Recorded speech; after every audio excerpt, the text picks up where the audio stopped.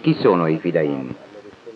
I Fidain sono i figli di questo popolo che è stato oppresso, cacciato dalla sua terra, privato del suo diritto di autodeterminazione e a cui finora è stato impedito di battersi per liberare la Palestina. La parola Fidai è derivata dalla parola fida, che significa sacrificio. Sacrificio significa che uno muore per gli altri, per gli oppressi di tutto il mondo, per un futuro di riscatto in ogni angolo del mondo.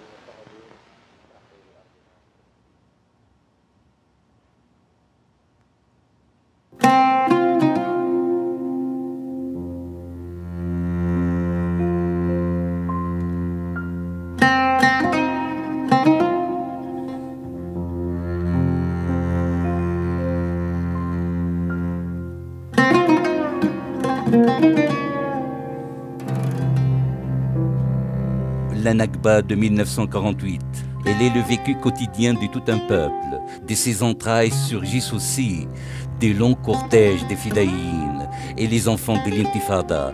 Elle est la Palestine de tous les jours. Camarade Jadis Ben Gourion, comme tous les criminels réactionnaires des années 40, disait à ceux qui l'avertissaient de la révolution palestinienne, les causes aussi vieillissent avec le temps et finissent à leur tour par mourir et disparaître. Cependant, plus de 6 décennies plus tard, la Palestine est toujours aussi vivante que résistante. La détermination des masses populaires palestiniennes est plus que jamais inébranlable, en dépit de la terreur et les atrocités de tout genre. Les prisonniers palestiniens aussi, en dépit de longues années, sont toujours là, debout face à leurs geôliers, incarnant la résistance héroïque de la Palestine et prouvant à tous les Ben Gourion que la Palestine non seulement vivra, elle vaincra certainement.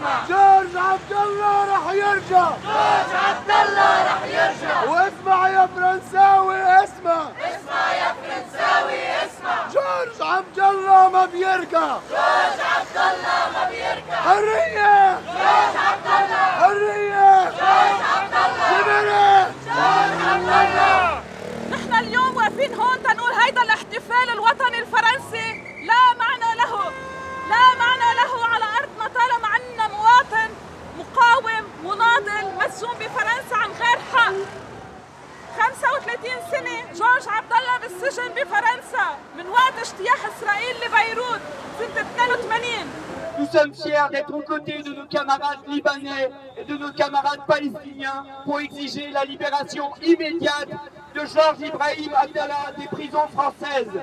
Honte à l'État français qui retient en otage un résistant implacable dans ces prisons. demande au gouvernement libanais de laisser faire.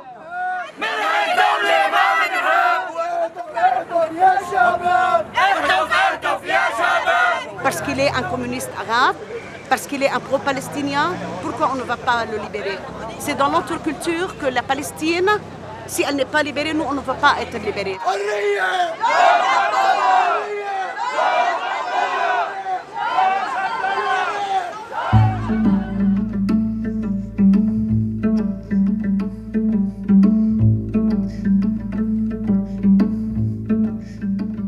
أنا شقيق جورج عبد الله الأصغر.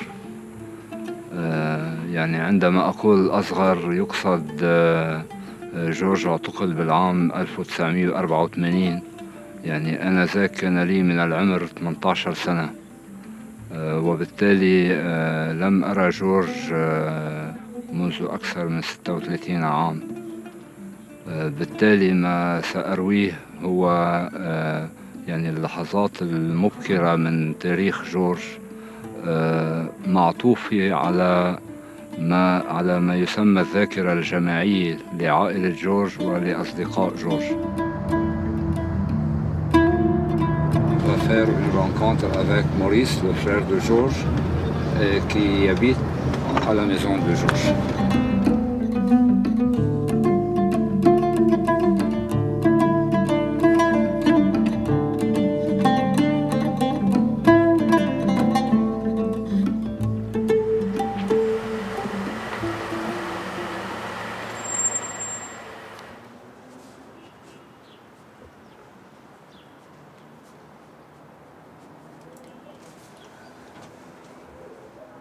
جورج مدرسة. جورج علمني القراءة والكتابة. جورج علمني القصص الصغيرة عن الضيعة، عن الالتصاق بالضيعة، عن الأرض، عن الزيتون، عن الزرع، عن العيلة. ولما كبرنا علمنا نفكر بالسياسة. جورج أولاً يعني بدأ حياته العملية مدرساً لدى وزارة التربية في منطقة نائية جداً من لبنان، في منطقة أكروم.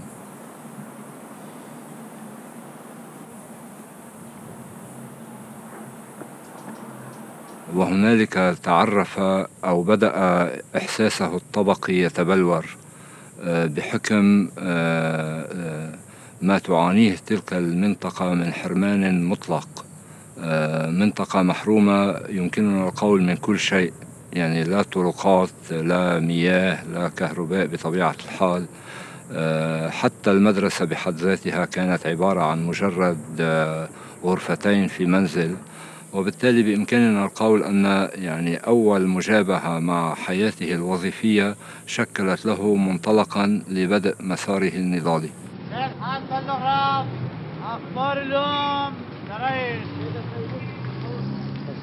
في تلك المرحلة يعني كان لبنان في ذروة صعوده النضالي والثقافي.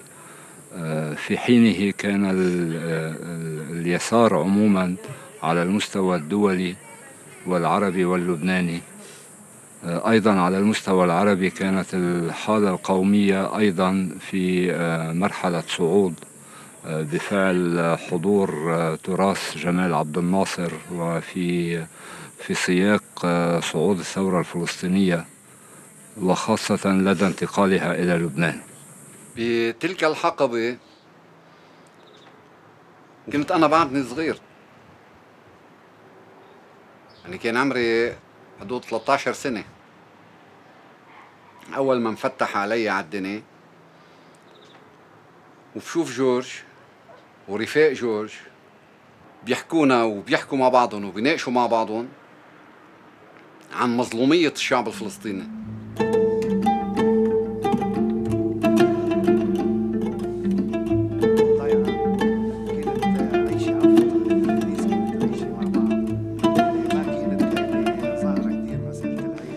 بذكر هيك بيي واصدقائه كانوا يحكوا عنه انه لما يقعدوا بدهم يعملوا ديوان ويقعدوا يعملوا قعده بعد الظهر يتصنع هو يعتمد انه ينجدوا بيت فيه راديو لحتى يسمعهم، يحط على اذاعه الجبهه الشعبيه لتحرير فلسطين. طبعا باثناء ما كان في تلفزيون ولا كان في، والراديوات كانت معدوده، يعني معدوده بكذا بيت. صح. ما كان هو يعتمد يتقصد ياخذ هيدي الناس على هيدا البيت ويحط على هيدي الاذاعه حتى انه يسمعهم انه في شيء اسمه فلسطين، في شيء اسمه اسرائيل محتله ارض، محتله، يعني ينمي الحس القومي عندهم وينمي لهم انه نحن شعب عربي يعني.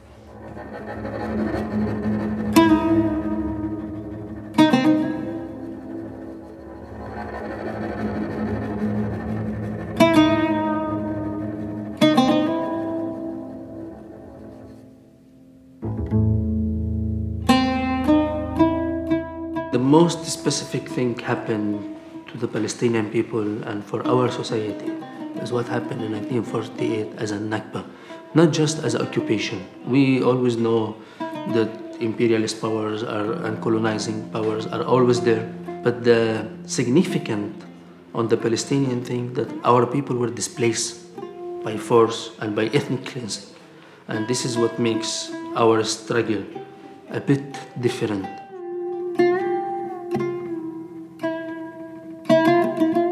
I am Mohammed. I was born in Lebanon in the refugee camp called Ain al-Hilwa. I am originally from the north of Palestine in a village called Malaha.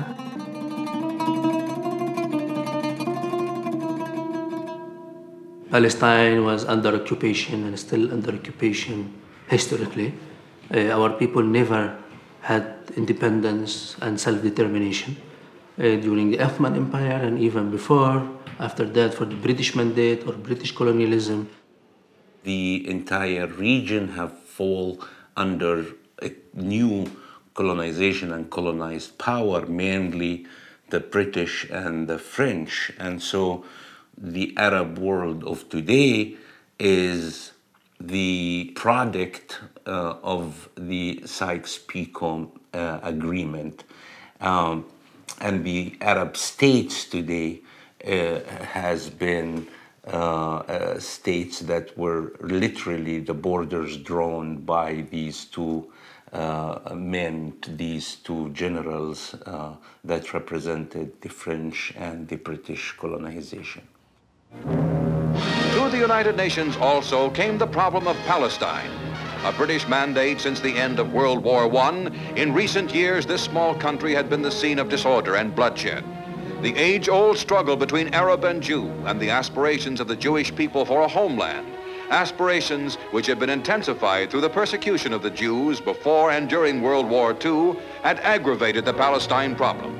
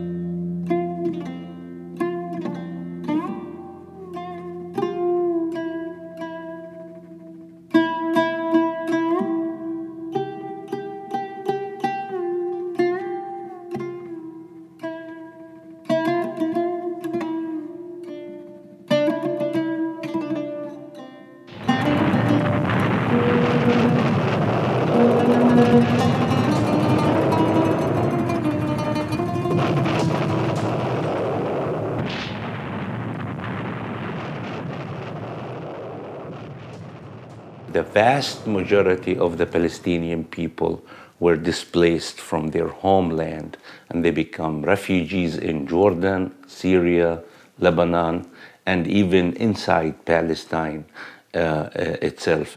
Majority went to Jordan based on the borders, because the north of Palestine has borders with these three Arab nations. Our family, for example, and we come from a village that It's just in a border between Syria and Lebanon. So half of the family went to Syria and half of the family went to Lebanon. This have created a new reality for our people and new waves of struggle that the vast majority of the Palestinians were fighting from outside and from the homeland.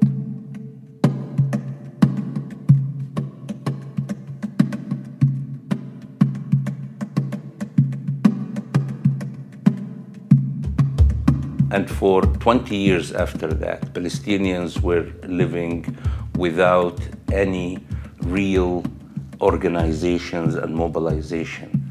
Only in the early 60s that we began to see an organized Palestinian struggle, mainly armed struggle.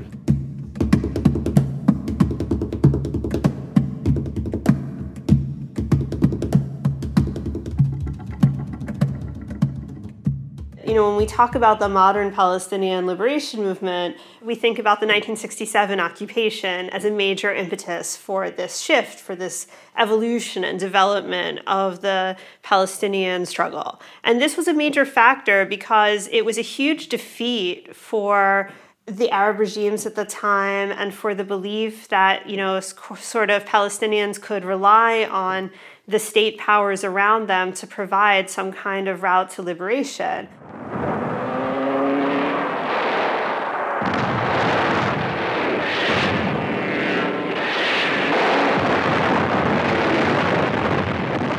'67 was the Nakba. So the whole Arab world was feeling disappointed, and we lost the war with Israel. West Bank was occupied, Gaza was occupied, and the rest of Palestine was under Israeli control. So the general atmosphere and mood, it was down.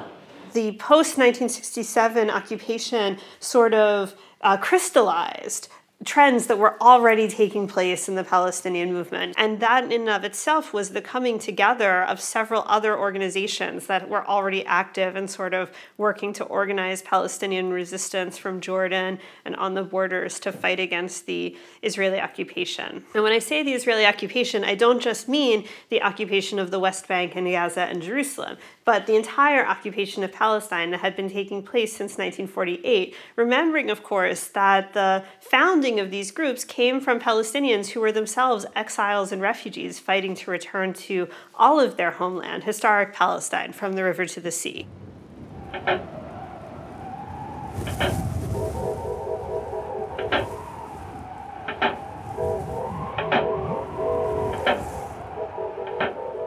The Palestinian Revolution and the armed struggle was mostly concentrated in Jordan, on the borders of Palestine, and particularly in Al-Aghwar, or the valley.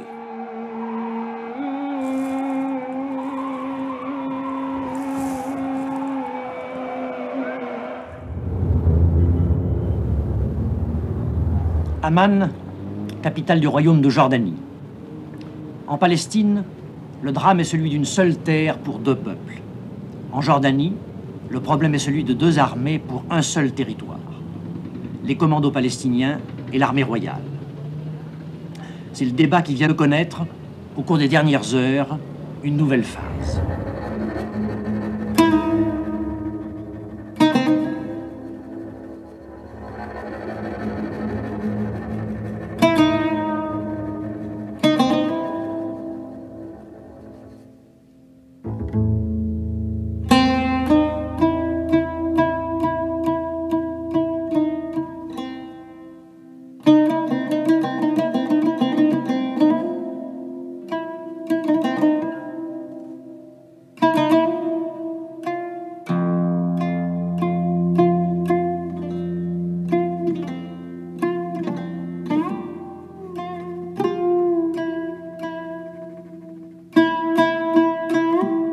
After the clashes with the Jordanian regime, the result was the removal of the Palestinian camps, military camps, from Jordan to Lebanon.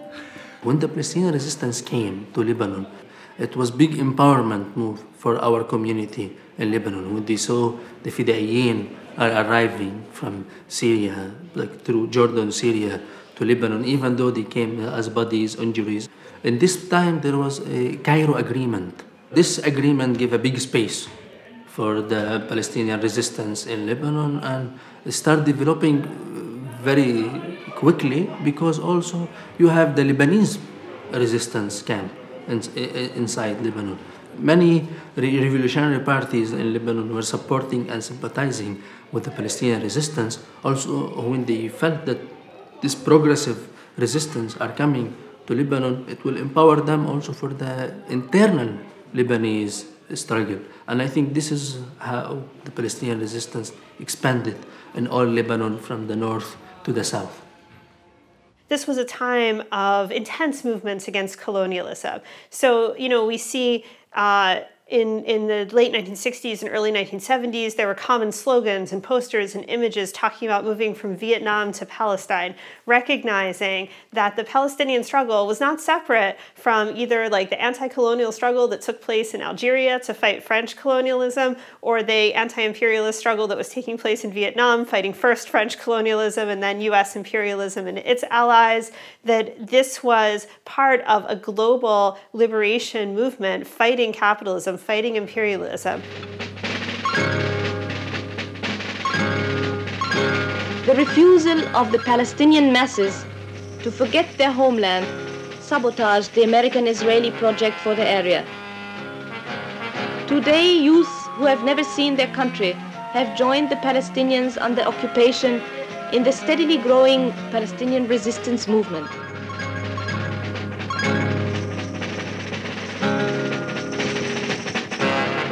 The PLO is the sole representative of all the Palestinian people in occupied Palestine and in exile.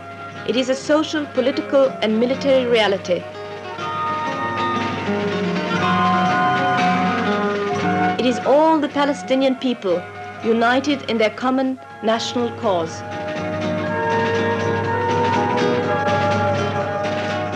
This is a period in which it became clear that if you were a struggler in the Arab world and you wanted to fight not only for the liberation of Palestine, but for the liberation of your people, well, being part of the Palestinian struggle and being part of the Palestinian revolution was a very important and critical way of doing so. And we had hundreds of youth and hundreds of people coming to Lebanon to join the Palestinian revolution, because many Arabs found that this is the way to liberate even their own country, is by liberating Palestine as the cause of the Arab people. So for George to join the Palestinian struggle and to defend Lebanon was a very natural thing to do. It was the natural thing to do.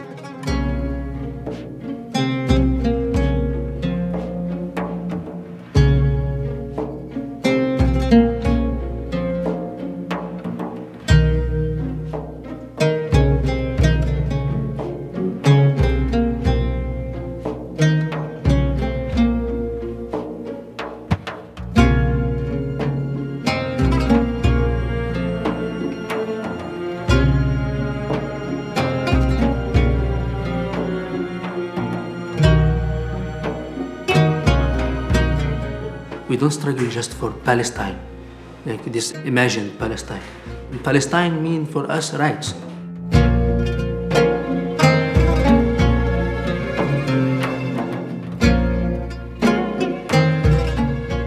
The right of return is the core of our cause and our struggle, because we're speaking about half of the Palestinian population today are living in diaspora, between 6 to 7 million Palestinians today.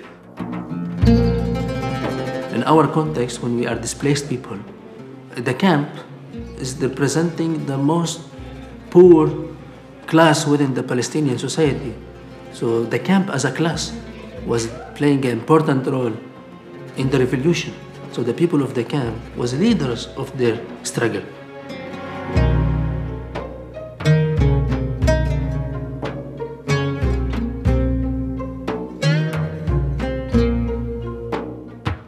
We have a very famous slogan within the Palestinian National Liberation Movement saying that the camps are the tank for the revolution, because the Fidaiyin were coming from the camps. The leadership was coming from the camps.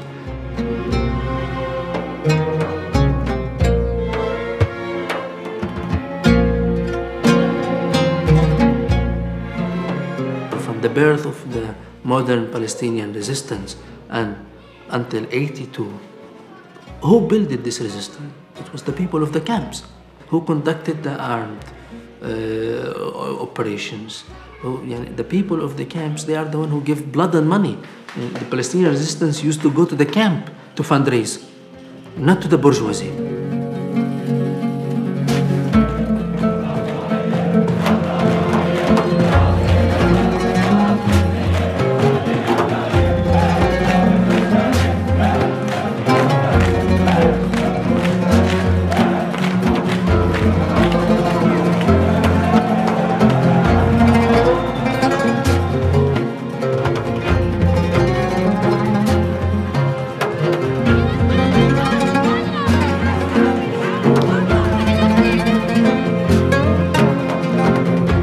Middle-class people, bourgeois people, but the progressive, when they saw the situation of the camps in Lebanon, I think it played a very important role for radicalizing.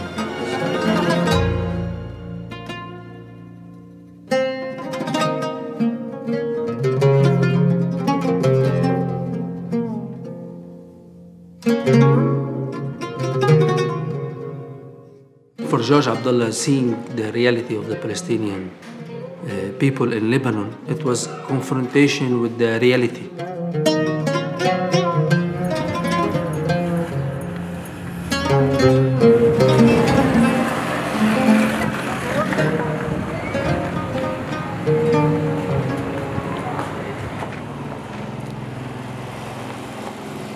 محمد سليمان معروف بأبو العبد، عضو الجبهة الشعبية منذ سنة 1972 من لاجئين لبنان بالنهر البارد، مخيم نهر البارد.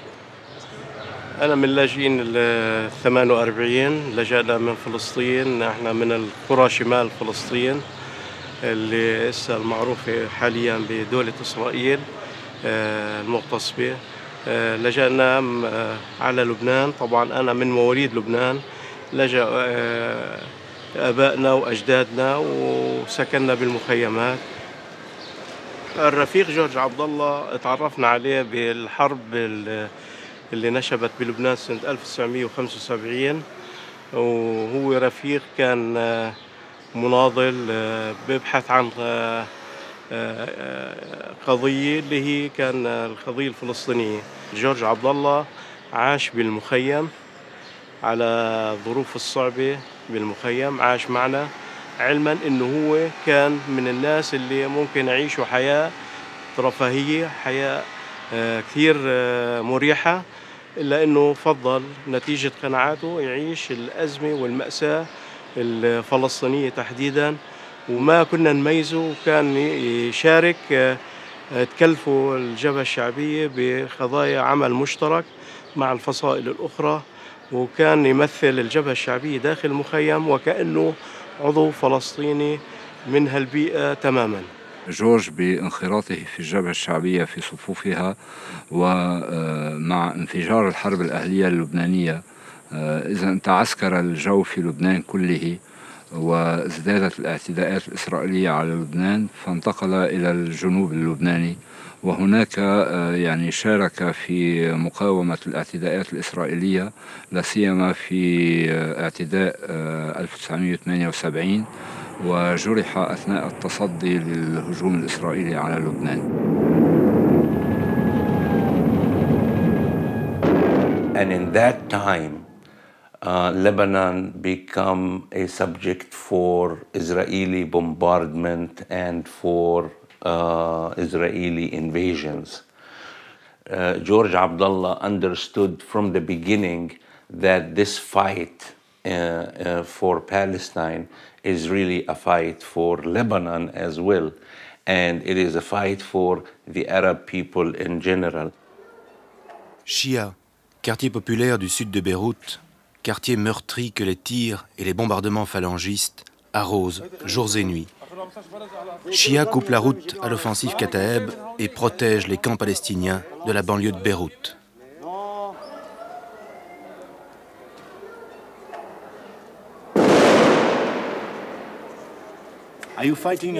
Ce sont les chrétiens que vous combattez? Non, on ne se bat pas contre les chrétiens. Notre premier objectif est de soutenir la cause palestinienne et le second, c'est de réaliser nos revendications populaires. Nos ennemis principaux, ce sont les sionistes et les phalangistes.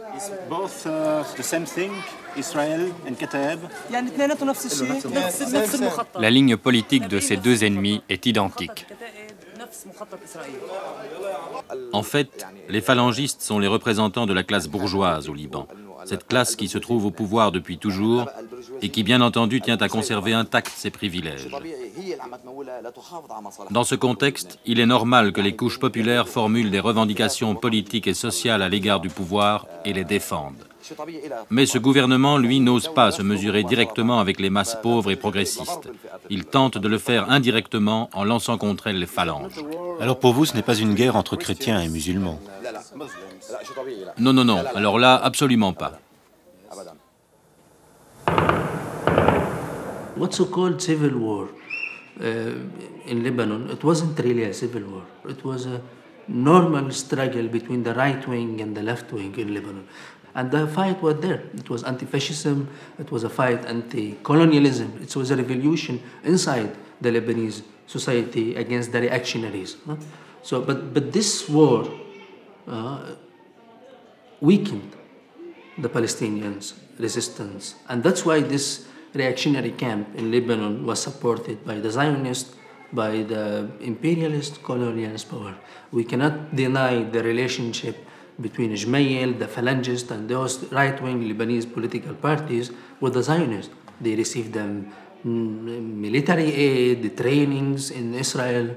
Lebanon was certainly a place where this was seen, and certainly in the 1970s and in the 1980s when the Palestinian Revolution was at its peak there. And this cannot be separated from from the development of forces that led to the civil war in Lebanon, to the violent and brutal attacks of the Israeli occupation in the early 1980s and the invasion of Beirut in 1982.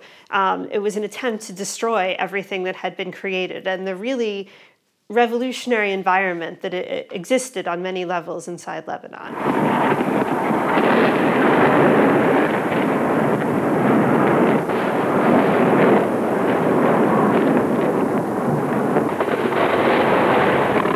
On Friday, the 4th of June in 1982, the sky opened up with a rain of fire, iron and death when about 60 US-made Israeli bomber planes raided West Beirut, dropping their mortal charge first on the stadium and then on the nearby overpopulated camps of Fakani, Shatila, Sabra and Burj al-Barajne.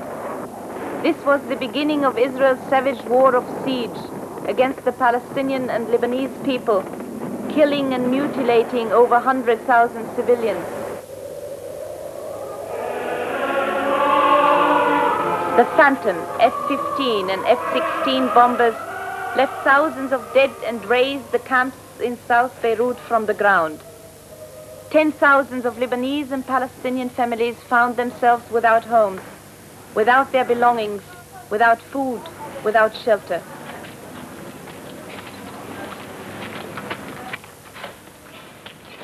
The resistance was tired from this 10 years almost of internal civil war, right, to protect the resistance camp. This played a very important role for the result that the Palestinian resistance left Lebanon in 82. This created a very special relation inside the Palestinian society. So how the people of the camps felt after the resistance left. Fin août, les Fedayines quittent le Liban par vagues successives, 10 000, beaucoup plus que prévu. Destination Tunis ou Damas. On voyage par mer ou par terre. que ça représente pour vous le départ? شو بيمثل بالنسبة لك ذهاب الفلسطينيين؟ ذهابهم بداية الثورة مش نهايتها. إن شاء الله على كل بلد بيروحوا بيعملوا الثورة إن شاء الله. 10 jours d'adieu frénétique à Beyrouth, dernier sanctuaire de la résistance palestinienne. Ces quartiers, les Fédaïnes les ont disputés avec courage pendant 2 mois aux Israéliens. Ils y abandonnent leur famille, la peur au ventre. Ils ignorent que l'armée israélienne occupera tout dans quelques jours et que le sang des civils coulera.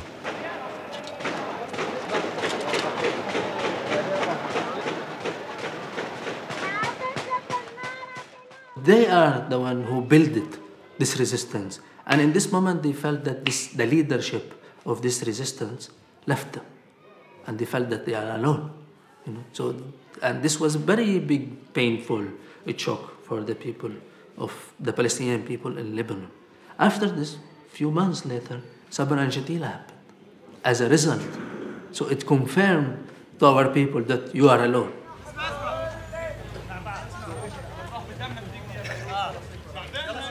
ليقدر يطلع من المذهبية وما يشارك بالصراعات الطائفية بالبلد، شكل جورج هذه الحالة وترك الجبهة الشعبية. أمام هذا الواقع المقفل على ما يبدو أن جورج قرر أن ينقل المعركة من الداخل اللبناني إلى عواصم الإمبريالية الأمريكية والفرنسية والأوروبية وإلى آخره.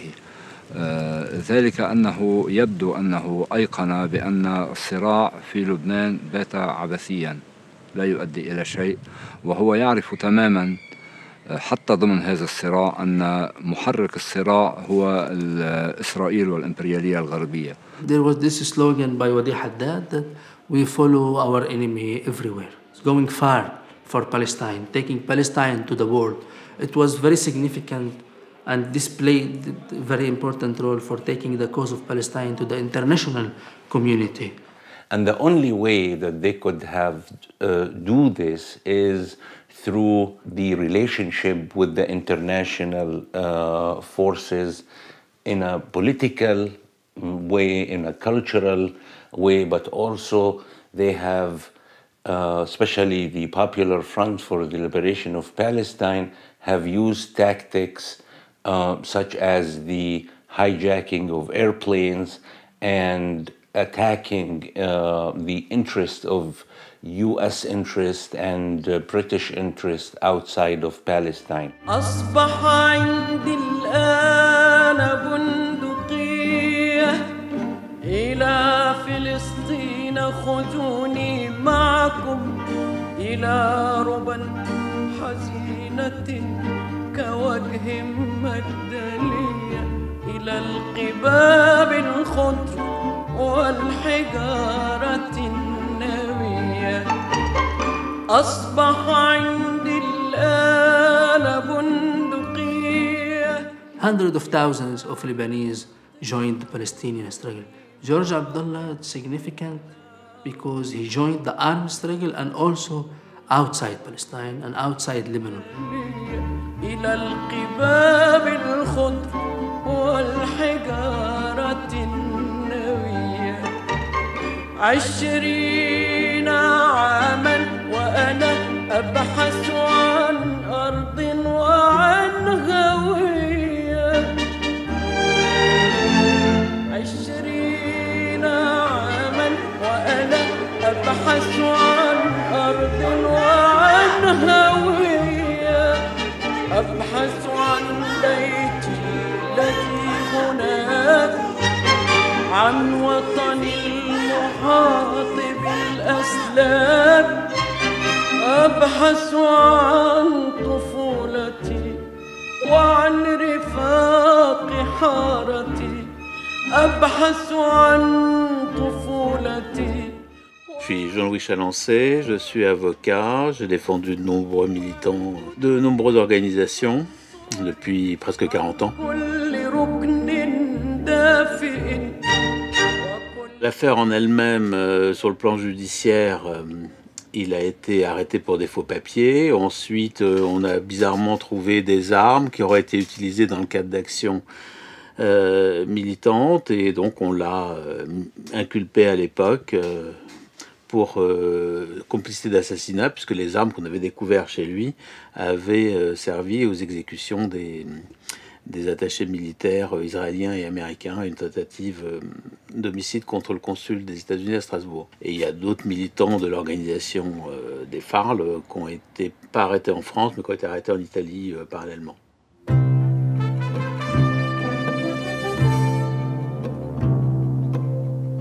Bonsoir. Pour la première fois, un diplomate israélien a été tué en France. Vers 12h40, une femme qui a réussi à prendre la fuite a tiré sur M. Barsimantov plusieurs balles de calibre 7,65, le blessant mortellement. Selon plusieurs témoignages, cette femme aurait agi seule et aurait tiré alors que le diplomate quittait son domicile parisien. On ignore pour l'instant les raisons de cet attentat, jusqu'à présent non revendiqué. On est au début des années 80. Il y a eu l'amnistie des prisonniers politiques en 1981, ce qui fait que tous les prisonniers, avec difficulté pour certains, politiques sont sortis, y compris ceux qui pratiquaient la lutte armée. Donc il y a des militants qui effectivement pratiquent la lutte armée dans toute l'Europe. Et Georges est arrêté un peu dans ce contexte, encore que c'est un contexte différent, puisque c'est pas dans le cadre des luttes armées européennes, mais dans le cadre de la résistance à l'ennemi américain et israélien. Je m'appelle Jean-Marc Rouillant, je fais partie de la première génération de la lutte armée, juste après 68. Et pour moi, ça a duré 20 ans dans différents pays européens. C'était la grande époque de la lutte armée en Europe. La guérilla communiste avait pris une telle ampleur à ce moment-là qu'elle était l'ennemi public numéro 1 du système. C'est à Paris que se concentrait la majorité des organisations internationales, qu'elles soient européennes et qu'elles soient proche-orientales, et de la gauche révolutionnaire palestinienne.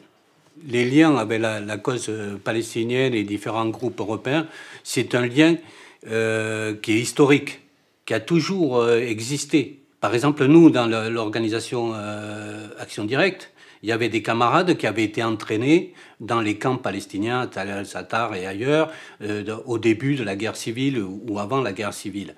Les avions qui bombardaient Beyrouth, les interventions au sol des forces américaines, des forces françaises, etc., dans la visée de destruction de la gauche révolutionnaire palestinienne, c'était clair qu'on avait un ennemi commun, qu'on était proches politiquement, et donc les interventions communes étaient très nombreuses.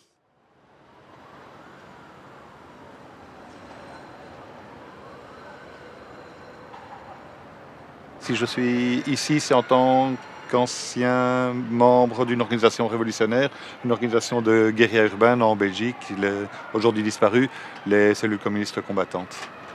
Au début des années 80, c'est le début de ce qu'on va appeler le néolibéralisme, donc des grandes offensives contre les acquis sociaux, les ruptures avec les politiques keynésiennes, les vagues de licenciements, les attaques contre les syndicats, ça du côté du monde du travail.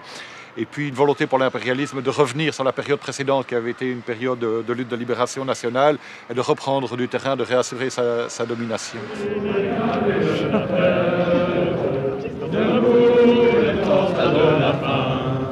Les contrats ne paient pas, seul le combat paiera.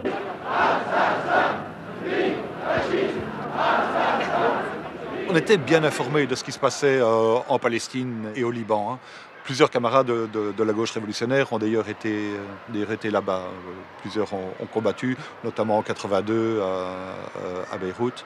La question palestinienne a une qualité particulière, a une qualité vraiment fondamentale, c'est que la gauche palestinienne a porté la guerre en Europe et dans les centres impérialistes.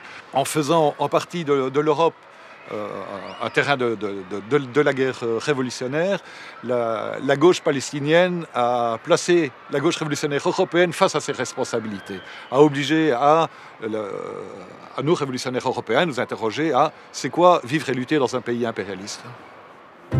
Les fractions armées révolutionnaires libanaises sont en partie démantelées. Quelques-uns des membres de cette organisation terroriste qui a revendiqué plusieurs attentats meurtriers contre des intérêts israéliens et américains, quelques-uns de ces membres ont été arrêtés au cours des derniers mois en Italie et aussi en France. Une information révélée par notre confrère L'Express. Hervé Bosini. Dans cette prison lyonnaise, celui que d'habitude on n'arrête jamais, un chef important du terrorisme international, selon la DST, le contre-espionnage français. Son nom, Abdallah Ibrahim. Ce sont les policiers italiens qui ont permis cette... Il a donc été arrêté en 1984 à Lyon pour détention de faux papiers, ce qui n'est pas... C'est 2 mois, 3 mois, 4 mois de prison, enfin ça va jamais très loin, des faux papiers. Surtout qu'à l'époque, il faut bien savoir que les peines étaient beaucoup moins fortes qu'aujourd'hui. Il n'y avait pas encore les textes antiterroristes, il y avait des textes de droit commun assez classiques. Nous, on pensait au début que ce n'était qu'un passage en prison. On avait connu déjà des leaders palestiniens qui restaient de 2 mois, 3 mois, 4 mois. Et on pensait qu'avec Georges, ça ferait le même, parce que les autorités françaises ne voulaient pas rentrer en conflit direct avec les organisations palestiniennes. Et ensuite, comme je l'ai indiqué, il y a cette découverte un peu particulière d'armes à un domicile qu'il louait, et d'armes qui ont été utilisées par des militants pour des exécutions politiques. On a cru que ça allait mieux se passer que ça s'est passé.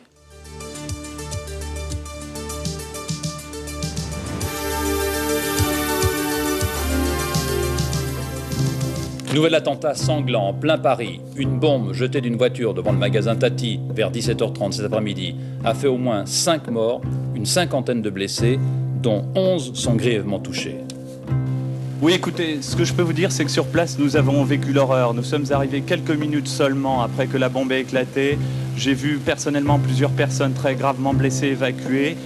C'était absolument terrible. Alors, l'attentat de la rue de Rennes, c'est Tati, donc c'est la bombe qui tue les gens qui passent. C'est une espèce d'abomination comme le RER, des choses comme ça. Et je pense que je pourrais vous en dire plus au journal de 20h. Merci. Le collectif qui a revendiqué, le comité, les attentats de la rue de Rennes, a demandé entre autres la libération de Georges. Mais il demandait la libération d'autres militants plus proches de l'Iran, qui n'avaient quand même pas grand-chose à voir avec Georges.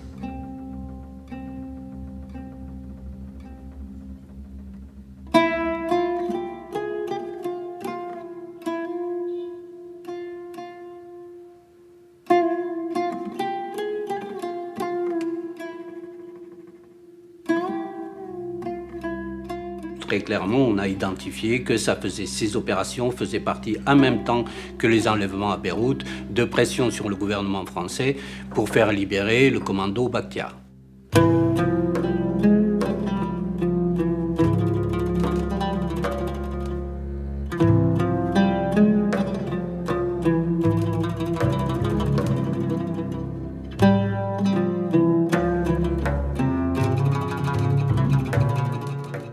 Georges sert, par rapport aux actions du CSPPA, sert de bouc émissaire. Il cherchait des pistes françaises ou libanaises, mais pas iraniennes. Il ne voulait pas, de toute façon. Et donc, le frère Abdallah, c'était facile. Des Libanais, il n'y a aucun moyen de pression du Liban sur la France, alors que l'Iran, c'est un peu plus compliqué. Ces 2 hommes, les 2 frères de Georges Ibrahim Abdallah. À partir de demain, sur tous les murs de France, vous pourrez voir ces photos. Pour leur arrestation, une prime, 1 million de francs. C'est dans l'entourage d'Abdallah, condamné à 4 ans de prison à Lyon, que cherche aujourd'hui la police. Le seul moyen, semble-t-il, d'arrêter la vague d'attentats sanglants. Attentats tous revendiqués par le CSPPA, le comité de solidarité avec les prisonniers du Proche-Orient. يعني أمام اتهامنا بالوقوف خلف هذه العمليات هذه الاتهامات اتخذت بعدا يعني سورياليا فلقد جاء إلينا في لبنان العديد من الصحافة الأجنبية الأمريكية والغربية والفرنسية بشكل خاص والبعض منها نسج ما يشبه الأفلام الهوليودية بمعنى أن يسرد واقعة تقول أن أحد إخوة جورج عبد الله كان يقابل الصحفيين في النهار ويذهب ليلا إلى فرنسا لأن لآل عبد الله مطارا خاصا في القبيات يستطيعون بواسطته أن يذهبوا ليمارسوا عمليات تفجير في باريس ويعودوا في الصباح الباكر ليظهروا وكأنهم أبرياء أمام الصحف وأمام الإعلام. C'est un complot politique. Dans l'affaire Abdallah, c'est comme les poupées russes. Chaque fois que tu enlèves un élément, il apparaît que tu découvres qu'ils en ont fait le double, quoi. Avec la complicité de journalistes français. Avec la complicité de journalistes français qui savaient pertinemment que les preuves qui étaient apportées par les services secrets étaient fausses. C'est ça qui est étonnant, que ce soit un match, bon encore ils font spectaculaire, que ce soit Le Monde, Libé j'imagine, je ne me rappelle plus, ils ont tous repris, les frères Abdallah sont l'auteur des attentats. C'est-à-dire qu'ils ont pris pour argent comptant les déclarations du ministre de l'Intérieur, qui sont vérifiées rien du tout. Les frères Abdallah, ils étaient au Liban, hein, il y en a un qui est prof de fac, on pouvait les entendre, ce qui fait qu'ils sont d'ailleurs jamais venus en France pour voir leurs frères, parce que on ne sait jamais, c'est vrai. Même 20 ans après ou 30 ans après, les suspicions qui pourraient revenir. Et encore aujourd'hui, lorsque l'avocat des États-Unis vient plaider contre George, il y a 3 ans, la dernière fois que j'ai plaidé contre lui, il y a 2 ou 3 ans, il vient rappeler que ses frères étaient l'auteur de l'attentat de 86, avec les coupures de Paris Match, alors que tout le monde sait pertinemment que c'est faux pour dire le climat qui a été développé autour de ça. السلطات الفرنسية التي تعلم جيدا أن كل اتهاماتها كاذبة وباطلة بدا في نهاية الأمر أنها مقدمة لمحاكمة جورج بشكل تعسفي ولتبرير هذا الحكم غير المستند إلى وقائع قانونية لتبريره أمام الرأي العام الفرنسي الذي كان مشحونا بحر الدماء أو كمية القتلى والجرحى في الشوارع الفرنسية. ما هو مثير أيضا أن يحضر في خلال المحاكمة الطرف الأمريكي بوصفه شريكا في الادعاء. جورج في مطالعته السياسية النضالية المطولة عرض لما قام به الغرب من اعتداءات على كل العالم الثالث والعالم العربي وعلى فلسطين. Je pense que les États-Unis ont fait pression immédiatement dans la mesure où c'était des diplomates, même si c'était agents de la CIA américains qui étaient en cause. Il y a un contexte également du fait qu'il est arabe, même s'il est d'origine chrétienne et qu'il est marxiste, pour les gouvernements de droite ou de gauche, il est terroriste arabe, en gros. Pistolet, mitrailleur à la hanche, des chiens, on cherche des explosifs, tension au quai des Orfèvres, on attend l'arrivée de Georges Ibrahim Abdallah. Pour ouvrir et fermer le convoi à l'élite de la police, les GIGN et les hommes du raid, Abdallah est là, dans ce car bleu.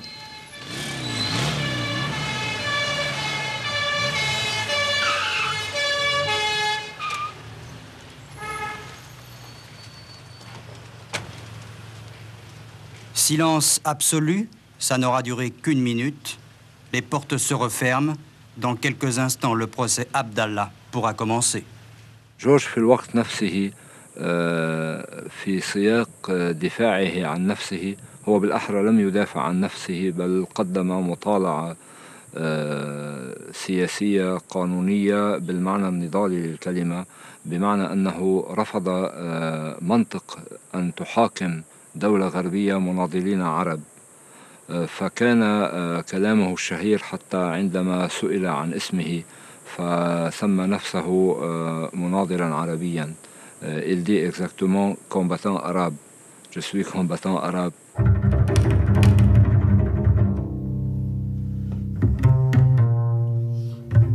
Qu'un combattant arabe soit jugé par une cour spéciale en Occident, rien de plus normal.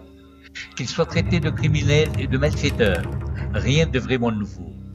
Mais que le criminel yankee, bourreau de tous les déshérités de la terre, soit en plus le représentant des prétendues victimes devant vous, il y a bien de quoi alors s'abstenir de tout commentaire sur la nature de votre coup, ainsi que sur la tâche qui lui est assignée.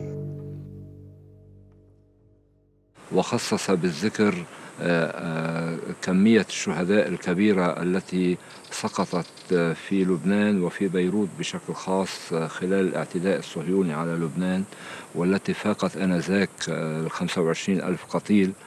وبالتالي هو يعني شكلت المحاكمة بالنسبة إليه شكل آخر لمحاكمة السياسات الغربية والداعمة لإسرائيل في عدوانها على شعوبنا وعلى فلسطين وعلى لبنان بالتحديد في تلك الآونة. Bien sûr, des esprits tolérants et démocrates ont bien de quoi s'indigner devant la montée du fanatisme et du terrorisme international. Ils n'oublient jamais d'afficher leur solidarité humanitaire avec la résistance contre l'occupant, à la seule condition que les victimes obéissent aux lois des bourreaux, à savoir que la guerre ne devra jamais plus dépasser les régions des périphéries et ne devra plus jamais perturber leur criminalité. La peine qui a été prononcée à l'encontre de Georges, et même le fait qu'il était inculpé de complicité d'assassinat simplement parce qu'il était porteur d'armes, mais qu'il n'y a aucun élément disant qu'il était présent lors des exécutions en cause. Rien. Simplement l'arme. Donc il aurait pu tout à fait être poursuivi pour détention d'armes, avec une peine forcément maximale de 5 ans ou 6 ans de prison. Je me retire de la salle d'audience de cette cour, vous laissant le plaisir d'écouter le représentant du bourreau et sa défense vomir leur haine contre les déshérités de la terre. Le procureur avait demandé, je ne sais plus, c'est 7 ou 10 ans de mémoire, et ils lui ont mis perpétuité.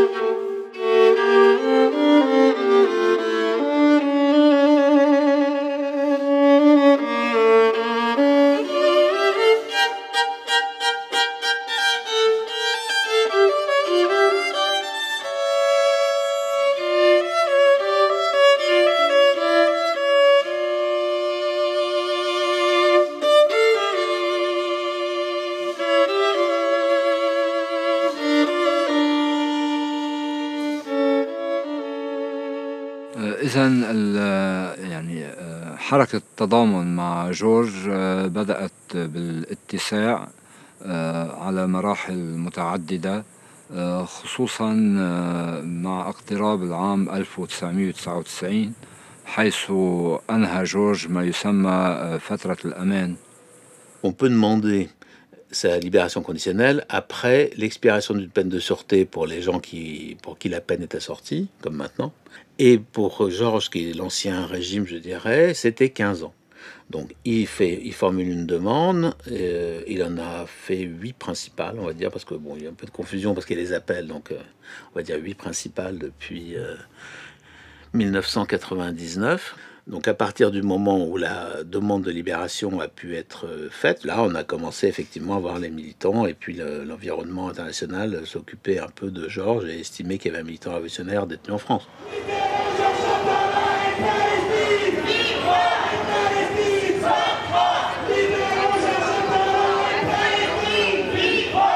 Suzanne Lemanceau du collectif pour la libération de Georges Ibrahim Abdallah et membre également de la campagne unitaire Île-de-France. On militait sur la libération des prisonniers d'action directe. Et il se trouve que Jean-Marc Rouillant était dans la même prison que Georges Abdallah. Il n'y avait pas de visite de militants de chez nous, et voilà, on a commencé à monter un collectif, à aller le visiter, à lui écrire d'abord, et surtout à essayer de construire des liens avec d'autres organisations politiques, de façon à répandre une volonté de le soutenir et d'établir une solidarité, de construire une solidarité autour de lui. وبالوقت ذاته كان جورج قد تقدم بعدة طلبات للإفراج المشروط، ودائما كان يأتي الجواب ببعده السياسي بسؤال جورج عن موقفه من المقاومة بسؤال جورج عما سيفعل في حال قامت القوات الإسرائيلية باجتياح لبنان مرة أخرى. بطبيعة الحال كان لجورج الجواب نفسه في كل مرة، والمقصود أنه إذا حدث وجرى اعتداء على لبنان فسأقوم بتصرف حكومة بلادي وبتصرف شعبي، وسأتصرف بوصفي كأي فرد بمجتمع يتعرض بلده للاعتداء. Les décisions judiciaires ont été dans une phase récessive dans la mesure où ils ont motivé leur refus par refus de repentir, ne pas indemniser les victimes. On est revenu à l'ancien temps en quelque sorte. Donc ça c'est vraiment l'argument, le dernier argument quand on ne veut pas libérer un prisonnier politique, on dit mais il n'y a pas de repentir. Ce qui importe vraiment prioritairement pour un prisonnier révolutionnaire, c'est de continuer à être un sujet révolutionnaire, continuer à pouvoir contribuer à la lutte, au développement de la lutte. Alors ça peut se faire de diverses manières, simplement avec des contacts par des correspondances, ça peut se faire par des recherches théoriques, ça peut se faire en valorisant l'expérience qu'il a eue, même en faisant le bilan critique et autocritique de son expérience. Mais ça, c'est vraiment central.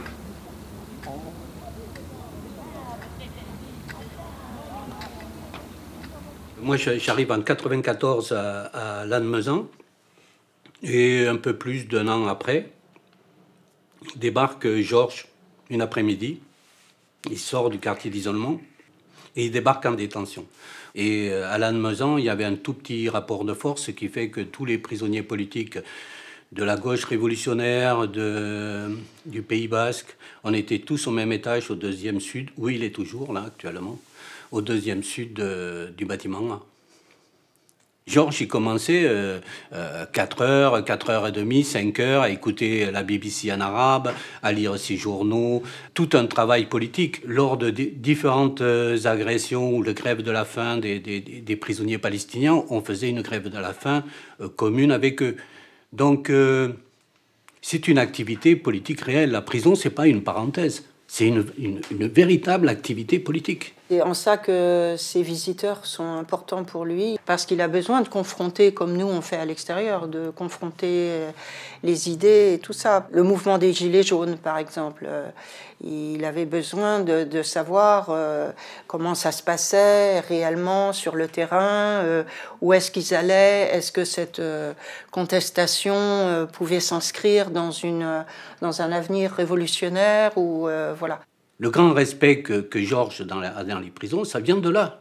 Il est présent, il est là, on fait appel à lui, il est là. الحدث الأبرز في مسار قضية جورج كان في أواخر العام 2012 وبداية العام 2013 عندما صدر قرار بالإفراج عنه. Lorsqu'on est condamné à perpétuité, on peut formuler une demande de libération conditionnelle et si on est étranger et qu'on est interdit du territoire, expulsé ou avec une demande d'extradition, on est dispensé évidemment de cette peine un an, puisqu'on peut retourner dans son pays immédiatement. En décembre 2012, je crois, le tribunal d'application des peines a énoncé une libération, a prononcé une libération, et elle était assujettie à une expulsion qui devait être signée par le ministre de l'Intérieur, qui était Manuel Valls à l'époque. تاريخ 14 جانفييه 14 كانون الثاني، حيث فوجئنا بقدر كبير وخاصة الآخرون الذين كانوا يتهيئون لاستقبال جورج، وكان استقبالا كبيرا يبدأ من المطار حيث فتح صالون الشرف لجورج.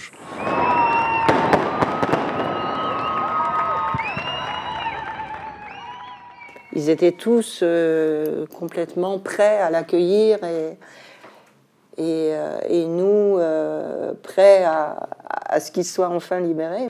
Et à chaque fois, ce jugement a été reporté en attente de cette expulsion. Il a été reporté 3 ou 4 fois, en attente de cette signature, qui finalement n'est jamais venue parce que le gouvernement français n'a jamais voulu signer, ça c'est clair. فتلقينا الخبر في طريق ذهابنا إلى المطار وعوض استكمال الطريق إلى بيروت ذهبنا مباشرة إلى السفارة الفرنسية وحدث أكبر اعتصام في تاريخ اعتقال جورج.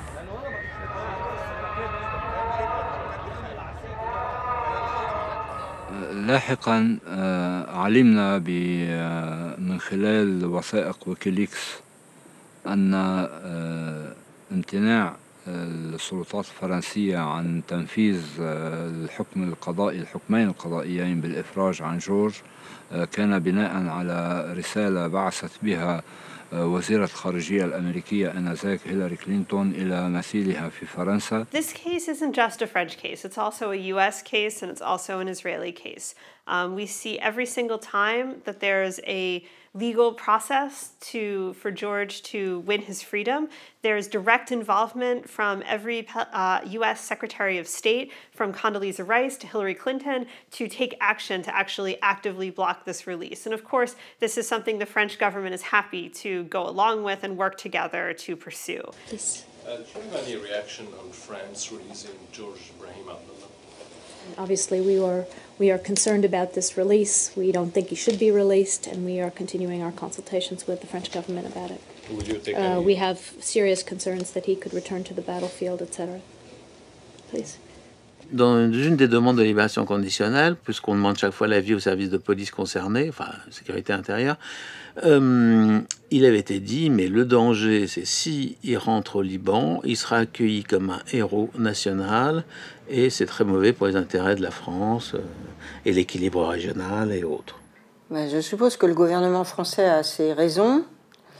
On a souvent dit entre nous qu'il obéissait au diktat états-unien, etc. On est certain à penser que c'est pas qu'il obéit, c'est qu'il fait partie de toute cette clique d'impérialistes. La France joue ses intérêts aussi dans la région, et voilà. The imprisonment of George Abdallah is not separate from the French position on Palestine overall and the relationship of France to the Palestinian struggle for liberation. This part of the world has been such a focus of imperialism for many reasons, both from its geographic location to the, of course, immense amount of oil resources that are contained in the Arab world. And France is not an innocent bystander, but an active participant in what's happening today in Palestine and the imprisonment of George Abdallah.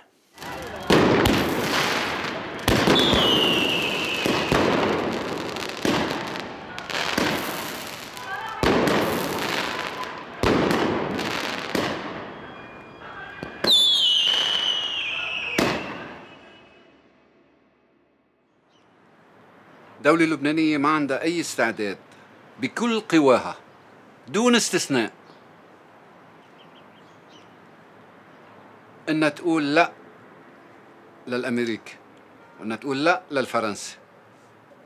نحن وكثير من الشباب اللبناني عملنا اتصالات مع كافة القوى السياسية، ووعودهم بقيت وعود حبر على ورق.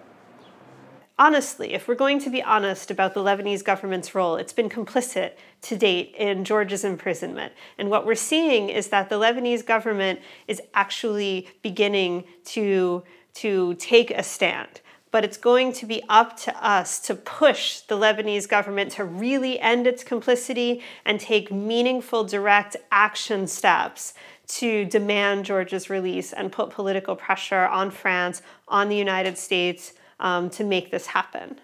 إذن اتساع الحملة الوطنية في لبنان بدأت تأخذ أبعادا جيدة وبدأت أصبحت على اتصال مع مختلف المجموعات المطالبة بتحرير جورج عبد الله، المجموعات المنتشرة في بلدان عدة، في فلسطين المحتلة، في تونس، في الأردن، في الأرجنتين حتى، وبشكل خاص في فرنسا. وأصبحنا باتجاه القيام بأنشطة متزامنة، وذلك يعزز من نشر قضية جورج عبد الله وبالتالي يقرب الإفراج عنه. the movement is beginning to have a real impact. And the level of pressure that this movement is beginning to put on the Lebanese government, on the French government, is growing. Bonsoir à toutes et à tous. Je suis fils de terroriste puisque mes parents étaient dans la résistance juive au nazisme. Ma famille maternelle a été exterminée. Mon père a été dans le groupe Manouchian et déporté à Buchenwald. Et si vous avez vu l'affiche rouge qui a été rendue célèbre, des résistants, non des terroristes. Voilà, je suis fier d'être fils de terroriste et je défends aujourd'hui les terroristes qui résistent au terrorisme israélien. Il serait d'abord faux d'utiliser le terme de l'ennemi qui est le terme de conflit. Il ne s'agit pas d'un conflit, c'est complètement asymétrique. Il s'agit d'une guerre contre le peuple palestinien qui a commencé il y a plus d'un siècle, une guerre coloniale, une guerre de négation, un sociocide, une destruction patiente de la société palestinienne. On dit parfois que Israël-Palestine, c'est compliqué. Non. Il y a un occupant et un occupé. Il y a un crime fondateur qui a été un nettoyage ethnique prémédité en 1948-49 de la grande majorité des Palestiniens. Il a été accompagné d'un très grand nombre de crimes de guerre et de crimes contre l'humanité. Et l'occupant a ajouté la destruction des villages palestiniens et la tentative d'effacer, y compris la trace de la Palestine, dans ce qui est aujourd'hui l'État d'Israël. Dans cet engagement, Georges n'a jamais flanché en 35 ans de détention. Il a toujours lié l'indispensable révolution au soutien à la résistance palestinienne. Lui-même a fait des grèves de la faim en même temps que les grèves de la faim dont on a parlé des prisonniers palestiniens, et que voilà, la cause de Georges et la cause du peuple palestinien, elles sont vraiment, et depuis plus de 35 ans, et même avant, indissolublement liées. George Abdallah had been involved in the Palestinian struggle. He was part of that struggle, and the accusations against him were essentially of participating in that struggle, because again, the Palestinian liberation movement cannot be delinked from the Lebanese resistance to Israeli attacks and occupation and colonialism. They're not two separate things, they're part of one movement. So when we look at George Abdallah, we're definitely talking about someone who is a prisoner of the Palestinian liberation movement. Depuis 1967, 850 000 Palestiniennes et Palestiniens ont connu la prison. À l'échelle de la France, c'est comme si 12 millions de personnes en 50 ans avaient connu la prison. Il n'y a pas une famille palestinienne qui n'a pas été touchée massivement par l'emprisonnement. Palestinian prisoners represent the resistance. There is a massive attempt to criminalize Palestinian resistance, to frame it as terrorism, to frame it as illegitimate. Israel has thrown these people in jail for a reason, because these are the people who organize students, who organize women, who organize communities, who organize workers. These are the people who defend land. These are the people who defend rights. These are the people who have the capacity to rebuild the Palestinian national liberation movement. Supporting Palestinian prisoners is not only about defending human rights. It's not only about defending international law, even though it is doing those things. It's also about standing with the Palestinian people and their right to resist. Today in Palestine we have 7,000 political prisoners. Why? Why they are the ones who are targeted? Why 6,000 of them are from West Bank? As we are resisting, we will always have political prisoners or martyrs. So it's a sign that we are weak, but also it's a sign that we are building up and we are resisting, and we should resist more. Toute espèce de ressemblance entre l'emprisonnement massif d'un peuple par l'État sioniste et l'emprisonnement depuis 35 ans de Georges ici par l'État complice n'est évidemment pas fortuite. Et il faut qu'on continue de se battre pour la libération du peuple palestinien et de Georges.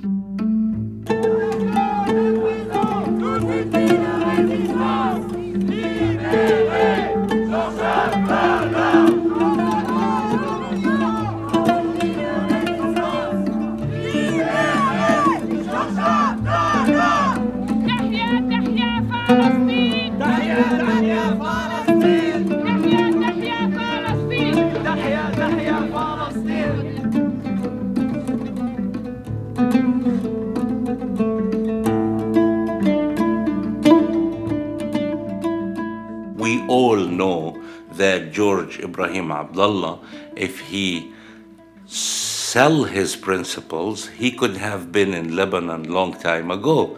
The fact that he's in prison is because he's still upholding these principles and still an integral part of the struggle against occupation and against imperialism.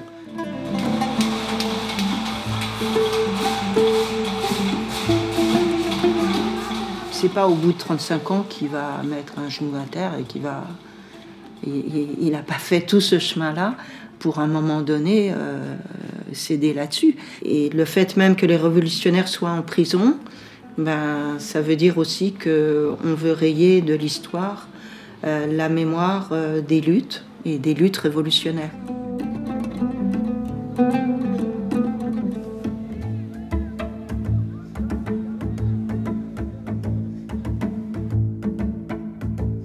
Il y a encore beaucoup à faire pour amorcer une issue favorable. Comme vous savez, il ne suffit pas que l'État du Liban exige, ou plutôt demande, ma libération. Il faut encore que le rapport de force réellement existant puisse faire comprendre aux représentants de l'impérialisme français que mon incarcération commence à peser réellement plus lourd que les possibles menaces inhérentes à ma libération. C'est seulement dans ce cas que l'ordre de mon expulsion vers le Liban ne trouvera plus alors d'opposition. C'est pourquoi, chers amis et camarades, la solidarité la plus appropriée que l'on peut apporter à tout protagoniste révolutionnaire incarcéré, c'est celle que l'on développe toujours plus sur le terrain de la lutte contre le système d'exploitation et de domination. Ensemble, camarades, et ce n'est qu'ensemble que nous vaincrons. À vous tous, camarades et amis, mes plus chaleureuses salutations révolutionnaires. Votre camarade Georges Abdallah.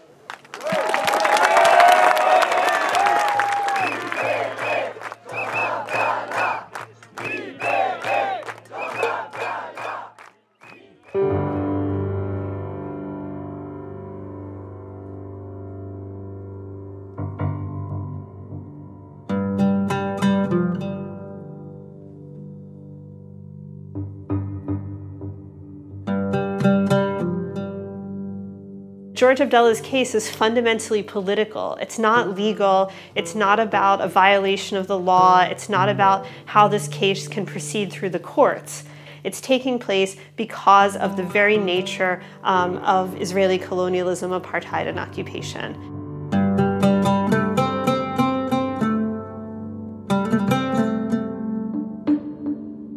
He is there because he's fighting. He is there because he never compromised, and he is there because this line of struggle is harmful for the Zionists and for the imperialists and the colonial power.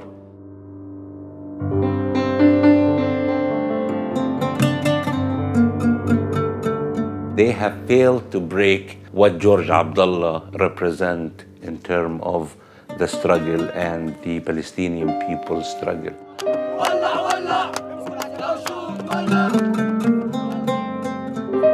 We were not allowed the French state or any colonial power or even the enemy to get relaxed. We don't forget our prisoners. We don't leave them behind bars without doing anything. So I do believe that Palestinians, everywhere they exist, they resist.